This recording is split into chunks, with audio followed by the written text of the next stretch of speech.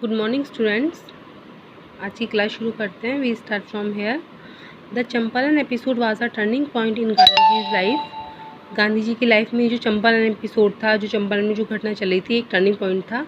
What I did he explain was a very ordinary thing. I declare that the British could not order me about in my own country. तो ये जो गांधी जी हैं, Louis Fisher को बताते हैं कि जो भी मैंने किया वो एक बहुत ही सिंपल चीज़ थी।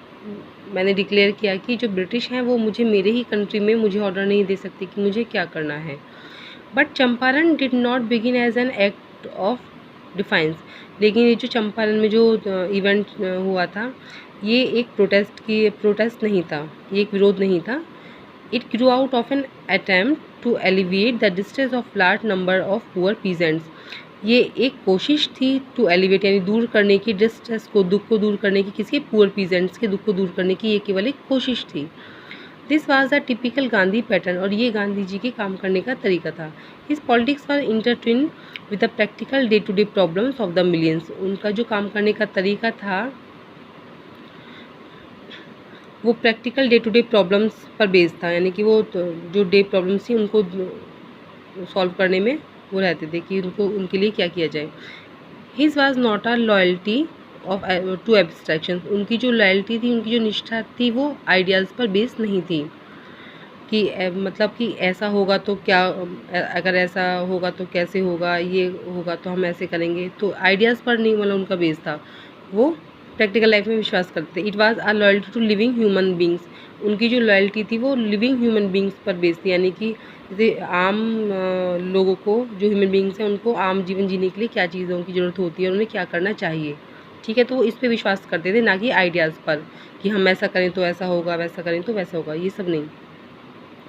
In everything Gandhi did, moreover, he tried to mold a new free Indian who could stand on his own feet and thus make India free।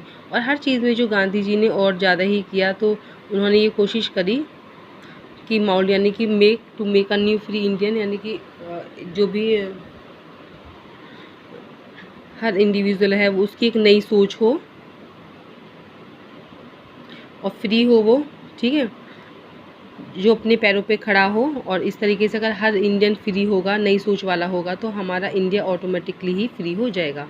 Early in the Champaran action, और जो चंपारण में जो घटनाएं चल रही थी तब उसके स्टार्टिंग में Charles fryer Andrews the English pacifist, ये अंग्रेज़ थे चार्ल्स फ्रायर एंड्रूज, ये पैसिफिस्ट थे, शांतिवादी, जो कि मारकाट में विश्वास नहीं रखते थे।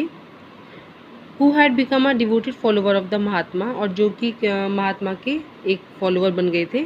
Came to bid Gandhi farewell before going on a tour of duty to the Fiji islands. इनकी फिजी आइलैंड में ड्यूटी लग गई थी, तो वहाँ जाने से पहले ये एक बार गांधी से फेयरवेल, यानी कि बाय बोलने के लिए आए थे, उनसे मिलने के लिए आए थे वहाँ जाने से पहले।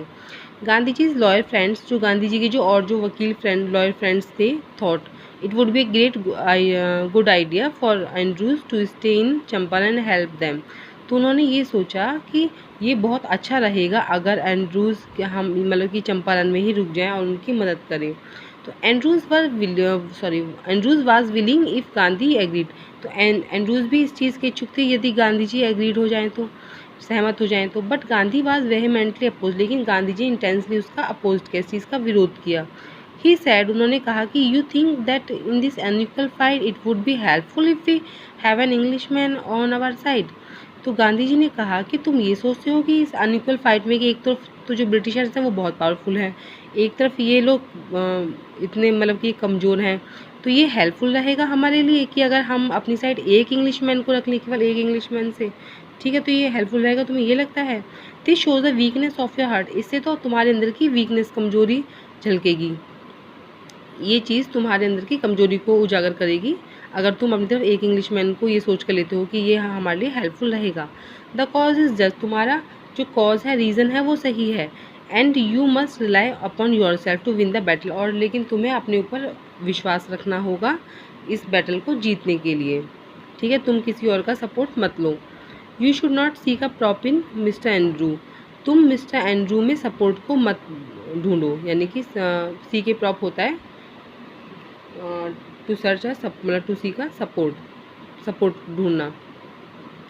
Because he happens to be an Englishman, क्योंकि वो एक इंग्लिशमैन है इसलिए हम उसकी हेल्प नहीं ले सकते। He had read our minds correctly, Rajendra Prasad comments. Rajendra Prasad ने कमेंट किया कि गांधी जी ने हमारे माइंड को अच्छे से पढ़ लिया था उन्होंने, यानी कि उन्होंने हमारे मन की बात कह दी थी। और वी हैड नो रिप्लाई, और हमारे पास कोई भी रिप्लाई नहीं था। Gandhi in this way taught us a lesson in self reliance, और गांधी जी इस तरीके से हमें, गांधी जी ने सेल्फ रिलायंस यानी आत्मनिर्भरता का पाठ पढ़ा दिया। सेल्फ रिलायंस आत्मनिर्भरता, इंडियन इंडिपेंडेंस यानी कि हर जो इंडिविजुअल है वो इंडिपेंडेंट हो जाए, और यानी कि फ्री फ्रॉम फियर, किसी का डर ना हो, किसी के प्रेशर में वो ना रहे। And help to sharecropper, और शेयर क्रॉपर्स की हेल्प होना, ये तीनों ही चीज़ एक दूसरे से इंटरकनेक्टेड थी, वर ऑल बॉन्ड टुगेदर। ठीक है, तो ये चीज़ें हमने इसमें पढ़ी। तो दैट्स ऑल फॉर टुडे। इसके क्वेश्चन आंसर आपको अपनी नोटबुक में करने हैं। Okay, thank you.